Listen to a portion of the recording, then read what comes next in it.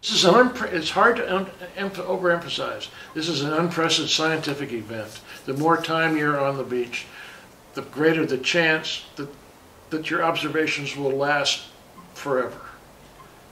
Because this is uncharted, unprecedented. People who make observations are going to be looked back on in 10, 20 years or say, that's how the tsunami came ashore. Every scrap of evidence will become prime scientific evidence. I can't tell you what a difference it makes for that little girl in Craig, Alaska to find the basketball.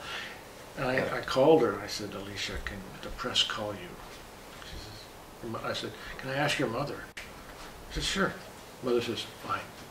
And then the press just, yeah. I said, oh. And I have talked to her mother later.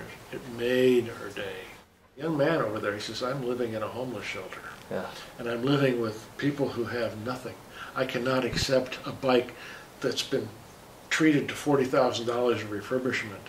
Yeah. And Jody, when that got back, she's heard that Harley Davidson is actually going to give him the money to use as he sees fit. Now that's huge. We really need to figure out, well, where does things concentrate?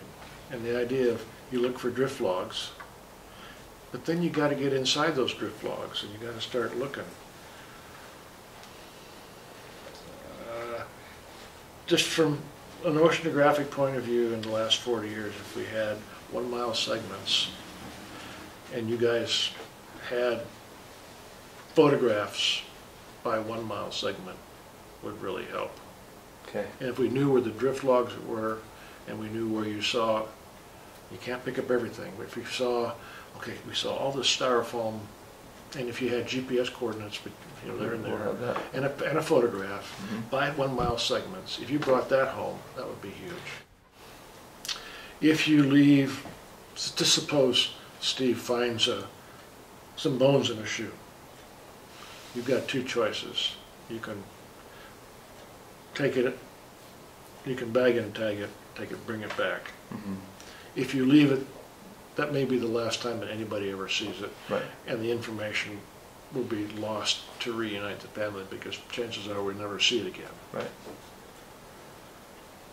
And if you call in 911, nobody's going to get there anyway.